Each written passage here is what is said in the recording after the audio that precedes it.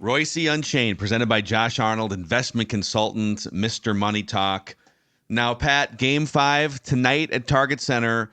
155 instances of teams falling behind 3-0. So far, nobody has pulled a 2004 Red Sox because most teams that fall down 3-0 are just, they're not as good as the team that's up 3-0. Yes. This feels, not that it's at all a guarantee, but it feels a little different.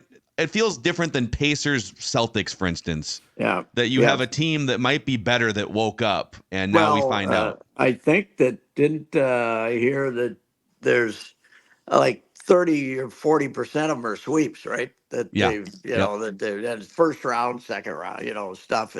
I would imagine there's not many when there was all nail biter, all close games. I mean, the Wolves had a chance to win every game and lose every game, and they managed to lose 3 of them.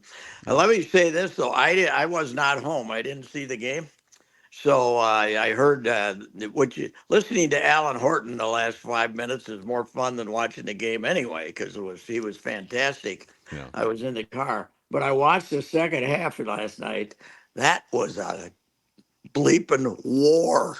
That game was violent. It was crazy. There was not a basket scored or a foul called or anything that somebody wasn't screaming at the officials from each side. It was just a war, man. It was fun. It was the only guy missing was Rick Mahorn, man. It was a violent basketball game, and I loved it. I think it was great. But I was with Such yesterday, and he says it's unwatchable. I said, well, it depends upon what you're looking for. If you're looking for elegance, you're not seeing it anymore in the NBA, that's for sure. But man, that was a wonderful battle, and let's face it, the fact they didn't get swept, and you throw in the second round, the second series against Denver, which is one of the great sporting activities in the history of Minnesota sports. This is a success, no matter what happens from here. This has been phenomenal entertainment. It has been. Like if they can win, we're gonna get the first June Timberwolves game in franchise history, right? That's right. I think the Lakers series 20 years ago ended like May 30th or 31st. Mm-hmm. So yeah, it was. Yes, it will. But I kind of like them tonight, and then you got to win Game 6, and that won't be easy. But I mean, when you break it all down, and I guess I said this the other day. This time we made the shots, and they didn't. That was. Doncic and Kyrie didn't make the shots this time. Otherwise, you might end up getting swept. And if you'd made shots, you'd be at least 2-2 now. You'd be at least 2-2. That if Nas makes the game winner, even if everything else is equal, and either Nas hits the game winner or Luka doesn't hit the game winner in Game 2, we're 2-2 coming back here tonight. Yeah, it'll be another battle royal, I'm sure, and close. But I don't know. I know people are whining about Luka, complaining about everything, but he's only slightly ahead of us as far as when it comes to complaining about every call. So it's pretty good. You know who played good though? From what I saw in the fourth quarter, Rudy. He didn't get a lot of credit, but Rudy was extremely active when he was on the floor in the fourth quarter. I thought that was by far his best fourth quarter. Against, it was, and he's one of many players. If you notice throughout the series on TNT, when the game is over, when the Mavericks have won, they'll bring Kyrie up to hang out with the panel, right? They'll bring Luka up to hang out. I noticed that they, after the Game 4 win, the TNT guys did not bring Rudy or Kat. There was either no invite or the Wolves turned them down to go up and hang out after the game. I don't know, but Rudy and Draymond doing the TNT post game would be great television, don't you think? They got their, they got their Ant comedy show yesterday, though, right? Was that the sit down yesterday that he was crazier than even normal? Well, the post game was great. Oh, the post game. That was the post game. Bite is old as F. He's talking about Conley. You know what, though? He is. What's that nickname? Bite. Where'd that come from? He just made it up. He just made it up. And Conley hates it. It's great. He just calls him Bite. But the thing about this guy that I love though is before they're on the precipice of being bounced, right? Yes. And he's out on the court with what Luka Garza, Yeah. and he's saying, don't if we get one, don't let us get one. And Luka Garza saying it too. They don't want none of this. But I mean, it's just Yeah. he believes this stuff, and it's great. Like it actually, a lot of guys are full of crap, right? Oh yeah. Ant has that whatever it is unquantifiable gene to actually he might be full of crap, but it's still great. You still love it. I do think it's going to be possible for anyone as handlers, are going to be they're going to try to get him more national stuff and to sophisticate him. I hope they don't succeed, don't you? I mean, it's going to be a tough sell to sophisticate him and take the loose cannon away. But he's more over the top than the young Garnett was. But a young Garnett was pretty entertaining too, and Yep. of course, he'd make you wait 50 minutes to talk to him after the game, and turned into a complete jackass. So I don't think this will happen to Ant, but I mean it's as crazy, wonderful personalities, wonderful not in all senses. Personalities go. I was trying to think last night of who's similar. Who's we ever had this over the top Puck to a degree, but not this. This guy's able to shake off disappointment or losses better than Puck was. Puck would get a little when Puck was in a slump, he'd get a little grumpy, and not. But that's probably the closest, don't you think, Kirby? Yes. Yeah. Yes. Yeah, it's Mikko Koivu, I would say. It's probably... Oh yeah, that's right. Mikko light it up. You couldn't wait to run down to that club locker room afterwards to get a couple of Mikko quips. That's for sure. Filled many a notebook. Who is the best locker room guy in Wild history? Oh boy, I'd have to think on that. A lot of duds, man. A lot of Koivus and Suitors, Parisis. Did the 2003 team have a guy? Willie Mitchell? Was Willie Mitchell good? He was pretty good. He was pretty I good, remember but not you guys talking about it. But not like this. I'm trying to think of a guy that's sort of half crazy and that you went to all the time. Yeah. Well, Jacques Lemaire, I guess, would be the. Yeah. Hockey doesn't really have they'd work so hard not to give you stuff. PK Subban, like there's very few guys whose personalities sort of rise above. Flower? Marc-Andre? Yeah, he's good. He's Yeah, good. I guess so. But I mean, He's good. Ant, I have never seen an athlete go to a podium and drop F-bombs with and no one pushes back, which I think is great. Like you don't hear anything. Yeah. I said something untoward yesterday. I was down at the station yesterday, and some guy was talking about how he loves Ant, and I said, "Don't introduce him to your daughter." Oh, you could have problems, not problems. Just I'm sure. no, you could have beautiful, wonderful date. beautiful, beautiful children. Yeah. yes, with great genes. Yes, Yeah. Yes, that's And right. lots of money behind him. you could Oh have. man, it'll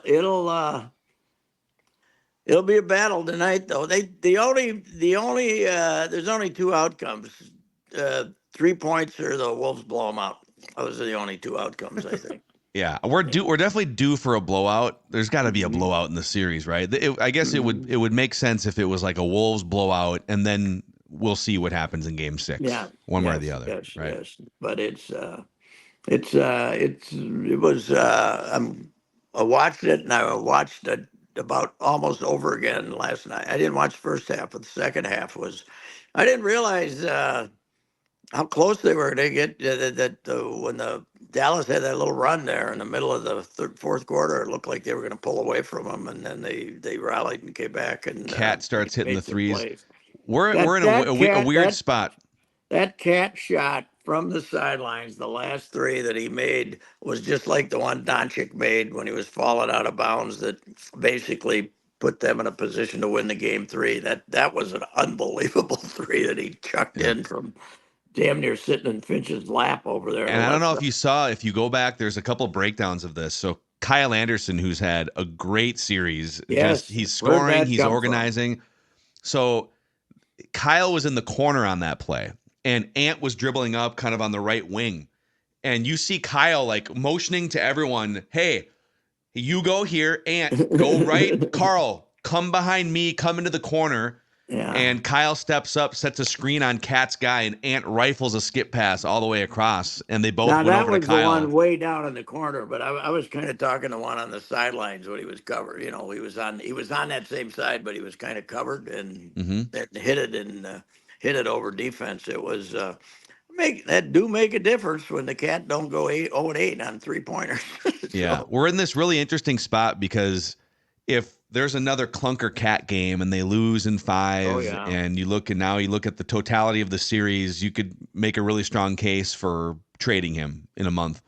But then if he plays lights out and you push it to a game 6, maybe a game 7, or these are really high leverage games for Cat as a Timberwolf, I guess, is what I'm saying. Yes, you're right. And the thing about it is, if they were to trade him, they got a guy to play 32 minutes. You know, they got a guy to play that position and play 32 minutes. Nas, it makes a lot less. They're in a good position.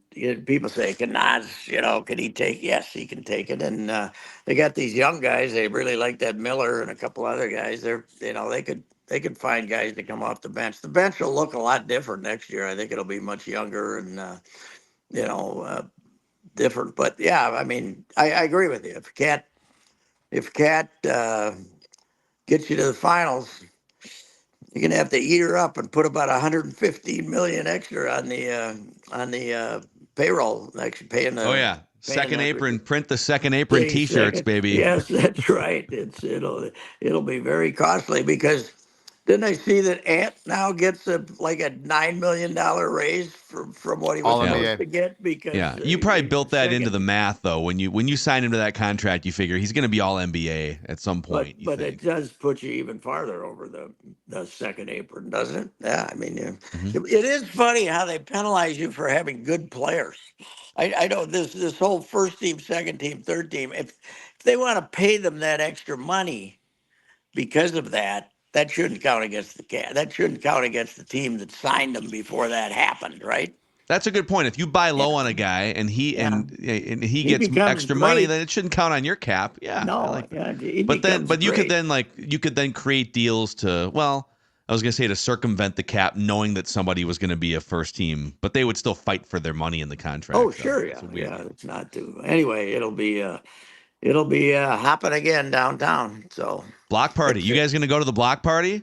Pat, you going to go? What is a block? What do you do? Just sit. So we're closing down First Ave between 5th and 6th Streets this time. So we're closing down the street so people can spill out, watch the game. You drink outside, right? Basically, it's gorgeous outside. You drink outside. It's a great idea. So in other words, it's like every Saints game at the old Midway. We love to drink on pavement. What the hell? I don't. Pretty much, yeah.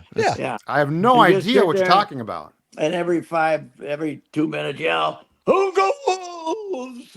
Doncic sucks. Let's do that. That'll be fun. No, yes, I think I might pass. The key to those Saints games was not just drinking on asphalt, but also never going into the games. Correct. I did that more than once.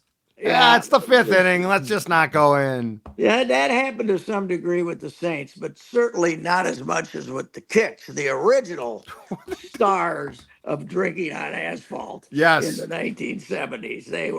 They had to get mounted horses to drive the people into the stadium. They cleared out the parking lot. I have never seen that before or since where they actually were clearing out the parking lot because people wouldn't go in. Free parking was the problem. Generally, they brought out the mounted police at places to keep people from running onto the field after a game. Here they drove you into the field, into the stadium. It was fantastic. Let's just say debauchery as far as drinking might have been the least of their problems as well. Yes. There might have been other issues that young teens. If marijuana was legal then, would have people not liked it?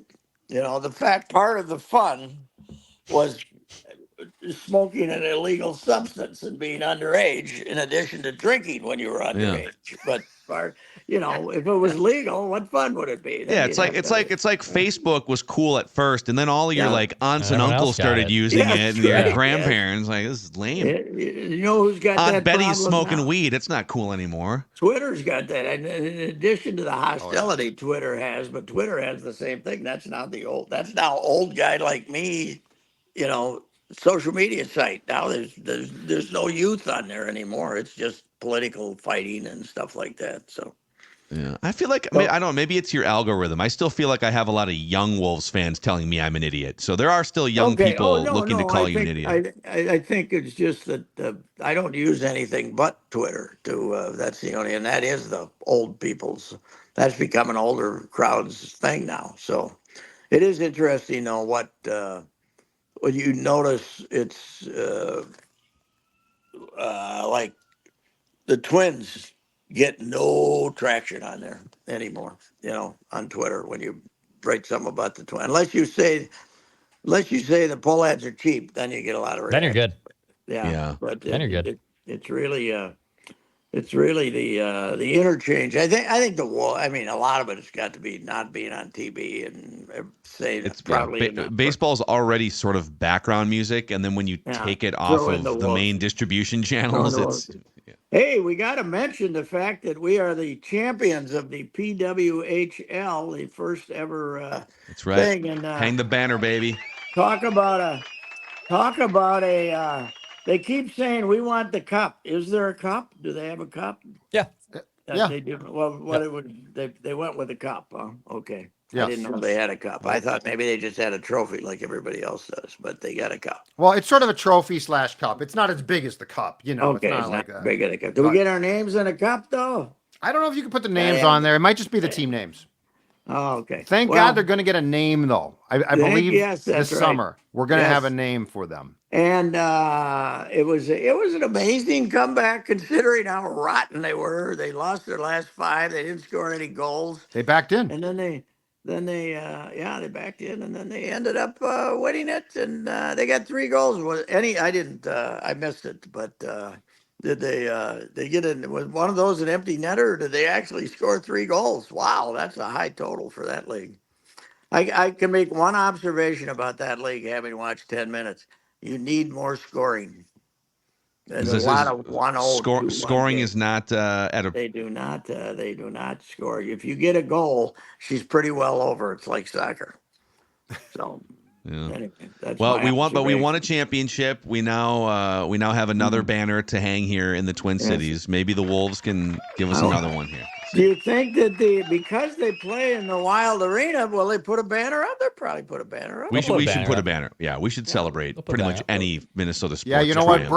Bring that goofy number 1 for the fans down and put the PWHL banner there and give number 1 to somebody. I thought we were a little hasty with the number 1 banner, putting it up for the fans on opening night ever, right? Wasn't it the first night ever? Yes, it was fans who had lost their last team. Yes. You're the best fans in hockey. Who stopped going to games. Thanks for coming back. So, all righty. Hey, how about what if Dallas ends up in the finals in both, though? Wouldn't that be something? Man, it's going to be pretty crazy. And then we get, I think the best national storyline is probably Kyrie Irving against Boston fans that hate him. Then Luka. Right. Like, there's some great storylines between Dallas and Boston. Hey, they share an arena, too, don't they? Don't they? Or they got separate arenas? Stars and Mavs? Do they have separate arenas now? Or yes, they share an arena? I think the last time that this happened was the New Jersey Devils and the New Jersey Nets in like 2003 or something like that. Yeah. The most boring NBA finals of all time. Nets versus Spurs. Lowest rated. 3 years there where the NBA finals were not brutal. Fun to watch. This is good. Violence. You get a lot of scoring, and it's just like, except you get just as much violence as in hockey now, but you get a lot more scoring. So that's it's pretty good. It's like watching a hockey game now, the way they bang on each other. It's amazing. Yeah. Well, we'll recap it with you tomorrow, Pat. All right. All right, gentlemen. See you later. There he is, Reusse Unchained, presented by Josh Arnold. Violence